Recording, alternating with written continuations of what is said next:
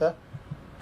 And that's not the way we were supposed to play football, and that's not what we're all about. But we didn't play well yesterday, and I was embarrassed in how we played yesterday. The personnel is good enough, but the execution isn't good enough. We're not putting together a plan that's good enough for us to execute offensively because we're not executing it. So that kind of falls on the coaching staff on the offensive side of the ball.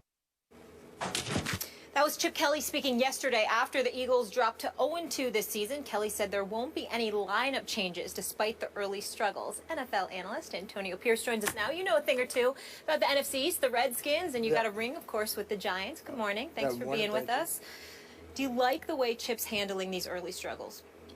Do I like it? I think he's doing what any other coach would do in this situation. He's not trying to panic, trying to make it look like he has control over it. But the matter of fact is he does not. And when you look at it, and the reason I say is because he has his hands on everything that's going on in this organization. He's the one that has decided to move on with certain players and bring in certain guys. He brought in a quarterback who we all feel, and I should say this, who I feel, shouldn't be a starter in the National Football League. Even going into the season before the 0-2 start in Sam Bradford. And he's shown why. He looks like a deer with headlights. He looks nervous. He looks, I would prefer Tim Tebow to go back in and at least give me some excitement. That's true. Because I know exactly what I'm going to get. This guy, I don't know what I'm going to get each and every play. And then you go and decide to take DeMarco Murray, one of the best running backs in the National Football League, and you run him sideline to sideline. Now, I might not be in the offense and not know when he needs to cut up, but just looking at the scheme of what they're running with DeMarco Murray, when they decide to use DeMarco Murray in the games, it's a bad choice. It's going lateral. It's not downhill. When you take out two guards and you make your offensive line weak, but yet you bring in a high-powered running back, what are you saying to your team? Then you decide to have an offense that is going vertical, but with who? So when you look at this personnel, you're trying to say up-tempo, vertical, explosive, where? But then again, you had all your hands on each and every move. So to me, it's a little dumbfounding that you can sit there and say you're going to stay on course with what you're doing. You're going to be 0-3. I get it that he can go back to college football and go make the same amount of money that he's doing in the National Football League, but you're hurting your team by making bad decisions beforehand and sticking with Sam Bradford throughout the game. When you can look at that game and there was no confidence, not only in him, but the guys around him were saying, this is not the guy we need in the game right now. In other words, he's soft. Let's just call it what it is. And that's something that I said yesterday, and I tweeted while the game was going on, deer in headlights, because that's what I saw. He looked absolutely positively petrified. I never played football in my life. You understand me? I'm talking about other than playing around in the streets. I damn sure never put on a pad and a helmet, not with my skinny behind. Oh, absolutely not. I wasn't trying to be a football player. But even I knew. You know, you can smell blood. You know, you're a football player on that football field for the Dallas Cowboys on Sunday afternoon. You were like sharks in blood-infested waters. I'm talking about Sam Bradford was prime meat. It was just so obvious. It was alarming at how obvious it was. But I also look at Chip Kelly, and I think that ultimately the downfall of the Philadelphia Eagles will potentially be the arrogance of its head coach and de facto GM as opposed to the quarterback itself. And here is why. Sam Bradford showed me something in that second half against the Atlanta Falcons. He showed me that he could fling that football. He showed me that he could hit open targets. You look at a Jordan Matthews, you look at Aguilar, you look at, I ain't going to bring up Riley Cooper, but the Darren Sproles. The Dallas Cowboys played Darren Sproles effectively on Sunday. We understand that. But the other receivers, you don't know what they could do because Dallas was getting pressure on Sam Bradford because he was dancing in the pocket like their late, great Gregory Hines, God rest his soul. He was tap dancing like that when he could. In the end, though, I still point the finger at Chip Kelly because Deshaun Jackson is gone, because he got rid of 9 players on both sides of the ball who are contributing for other teams immediately. There's a LaShawn McCoy, there's a Jeremy Maclin, there's a Harriman and a Mathis, okay, who are in Indy and Denver respectively. Then you look at a guy like Trent Cole, he's gone. You look at some of these guys that they have, and you never hear a coach speak against continuity, speak against experience, speak against doing things that are tried and proven to work. In the case of Chip Kelly, he seems to be a guy that goes against the premise that you've got to have talent to win on this level. His attitude is, no, my system is fine. whatever you don't think is talent will work in my system. It does not matter what history has shown about the NFL game. And I could be wrong because Chip Kelly is 10-6 over the first 2 seasons of his coaching career. But I simply don't look at a man who I believe is long for the NFL. Really? I think that he's somebody that's destined to return to college because all he sees is his way. And the NFL is a man's game. No matter how talented you are, and I know this because of my years of covering basketball, you can have talent. You can have talent, and that will elevate you. You got to have some toughness, but you can have talent, and that will elevate you. You could be the most talented dude in the NFL.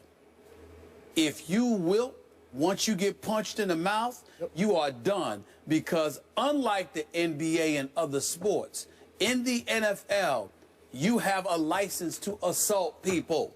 You can't just have talent.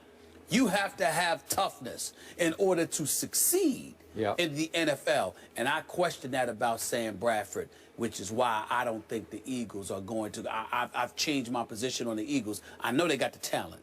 I didn't believe that I would look at them and feel like they were soft. That's how I feel about them now. Not defensively, offensively I'm talking about. I love both your takes on this. I forgot to mention yesterday that my Cowboys committed a franchise record 18 penalties on Sunday in Philly for 142 and yards. Didn't care. And declined a 19th. One was declined, the 19th penalty, and lost their starting quarterback mid-third quarter and still beat Chip Kelly 20-10 for the 3rd straight time they beat Chip Kelly in Philadelphia. Can we just say 20-3? Because that last touchdown didn't really matter. Okay. I want to say 20-3. Fair enough. Fair enough. So remember, as you point out, Chip Kelly won the power struggle. He became the GM as well as the head coach. This was his show and only his show. And it was clear he wanted to be the star of this show. And there was one week in the offseason, we came in here day after day, and it was bombshell after bombshell that Chip dropped in Philly. We're going to do this. We're not. He's gone. He's gone. He's gone. And by the way, I'm trading Nick Foles for Sam Bradford. I'm no Bradford guy because I saw him. I'm a University of Oklahoma fan. He drove me crazy in college. The least bit of pressure, he folds. He's not a physical pocket presence, and we're seeing it all over again. So it was a bad idea. Okay. But we said back in the offseason, hey, Chip better be great this year, but you got to give him a shot. Maybe he is a genius. Maybe he knows something we don't know. Let's give him a shot. Gotta give him a shot. So now they are facing 0-3. Am I right about that? Yes. I mean, wouldn't we all think they're looking right down the barrel of 0-3? The Jets. Okay, and so I don't think you can make the playoffs from 0-3. I could be wrong about that in the NFC East. I think it was 3 teams that did it 25 years or so. Are y'all ready for this? I'm sorry. Real quick. Go ahead. This is Steve Spurrier 13 years later, and I was a part of that 2002. You were. Steve Spurrier. It's still. I'm saying. Let me. It's in a question form because I don't know, so I'm just going to ask you. The only reason I question that is because Steve Spurrier was unapologetic about it. He had his tea time. He's going to play some golf. He's going to chill out, whatever. I don't get that from Chip Kelly. I mean, Chip I'm talking about as far as the personnel moves. Like, I got to give my guys, it'll work. When we knew Danny Warfel couldn't throw a 10-yard out. We knew Jaquez Green, those guys couldn't play. No, you know what I mean? I'm talking about that. He brought his personnel in. We had all these guys from we let Stephen Davis go. Are y'all ready for this storyline for Sunday? You ready for this one? Because I'm going to tell you ahead of time what it's going to be. Mark Sanchez will go against the New York Jets. I'm not saying start. I'm not saying start. I'm saying he'll finish. Jets gonna get Sam Bradford out of there. One way or another, I do not believe that Sam Bradford is gonna finish. Now I hope it's because when I say that, I hope it's because he's playing bad as opposed to getting hurt. Because I don't want him to get hurt. But I'm saying that defense that we saw go after Andrew Luck, I just want to put it in perspective. Andrew Luck might be a turnover machine, but he's talented, he's got heart, he's got promise, and he's a big boy. You're looking at Sam Bradford. You talking about cats jumping at the bit. Listen, I know Muhammad Wilkerson. His mama came up to me. I went to the Jets practice. You know, I'm not talking about when we were there. I'm talking about they had a scrimmage, you know, at Hofstra just a couple of weeks before the season. I went there with my family, Adam Schefter and all. We were sitting in the stands watching. Muhammad Wilkerson was there. His mama was there. Muhammad Wilkerson's a big boy. That's a big boy. This dude is looking at Sam Bradford. He's going to see Sam Bradford with calves as thick as mine, and he's going to sit there and go like this. Oh, Lord, this is going to be a beautiful day. I just need to get to him. And that's the thing.